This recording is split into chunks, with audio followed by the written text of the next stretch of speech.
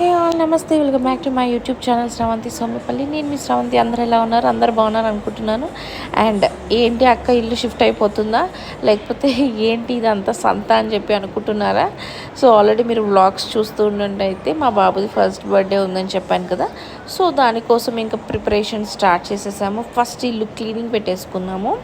ఒక 1 వీక్ ముందు చేయాల్సింది, బట్ కుదరలేదు. ఇంకా 4 డేసే ఉంది, బట్ ఇప్పుడు కూడా చేయకపోతే ఇంకా అసలు టైం సరిపోదని చెప్పి ఎలాగోలా ఇంకా స్టార్ట్ చేసేసామన్నమాట, నేను అమ్మ. అండ్ మా మరదలకి కుదరలేదు, సో ఇంకా తను రాలేదు. సో ఇంక నేను అమ్మ ఎలాగోలా స్టార్ట్ చేసాము. అండ్ 1 డేలో అయిపోయింది అనుకున్నాం, కానీ కాలేదు. కొంచెం సామాన్ ఎక్కువ ఉంది, స్టీల్ సామాన్ అవంతా అంతా తోముకోవాలి. సో మమ్మీ కొన్ని ముందేసుకొని అన్నీ ఇంకా తోముతూ ఉంది. సో నేనేం చేస్తున్నా అంటే ఇంకా కింద పేపర్స్ అవన్నీ తీసేసి ఒకేసారి దులిపేసి ఆ స్టీల్ సామాన్లు మొత్తం నేను పక్కకి ఆరబెట్టేసి మేము ఇంటికి వచ్చినప్పుడు చేసుకోలేదు. అండ్ మొన్న సంక్రాంతి కూడా నేను కింద పైన అవన్నీ తీసి ఏం తోమలేదు, జస్ట్ ఇల్లు మొత్తం శుభ్రం చేసుకున్నాం కానీ పైన తీయలేదు. బట్ ఇప్పుడు మాత్రం తీసి కడగాలి అని చెప్పి ఇంకా ఫిక్స్ అయిపోయాము. ఇంకా మమ్మీ స్టార్ట్ చేసేసింది.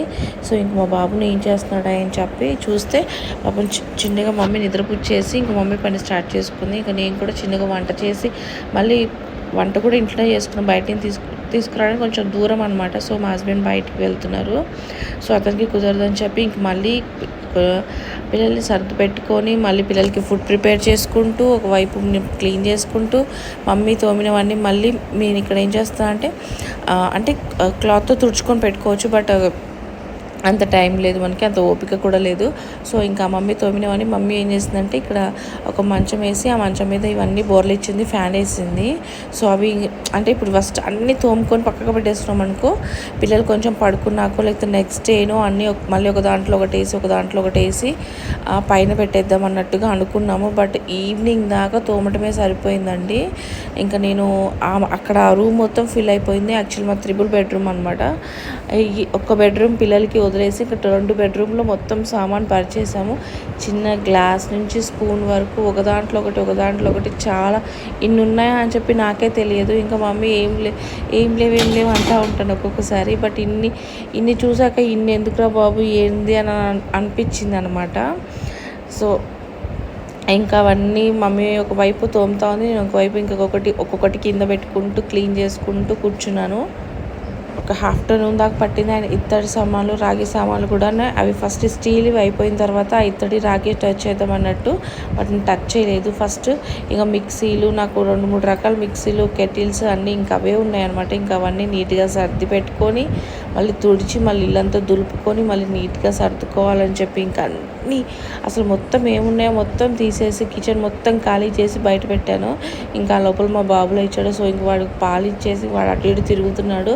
వాడిని చూసుకుంటే ఇంక మేము కూడా మళ్ళీ ఒక దాంట్లో ఒకటి అలా వేసి ఉన్నాయి కదా. ఇంకా మమ్మీ మొత్తం తోమేసిన తర్వాత అవి ఇంకా ఫ్యాన్ గాలికి అవే ఆరిపోయాయి. ఇంక మేము తుడిచే పని కూడా లేదు.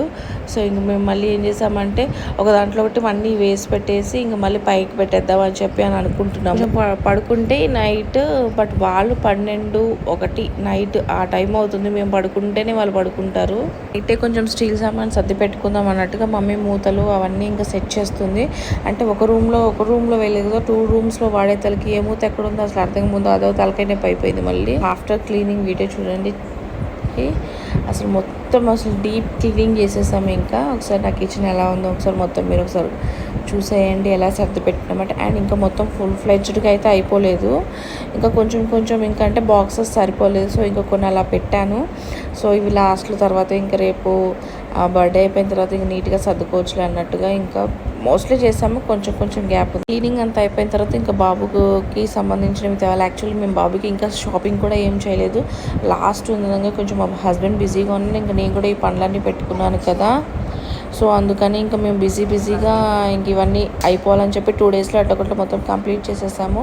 ఇంకా అన్నీ మళ్ళీ నీటిలో ఒక్కో దాంట్లో ఒకటి మొత్తం స్పూన్లు కానీ గిన్నెలు కానీ కింద ఏమి ఉంచుకోలేదు.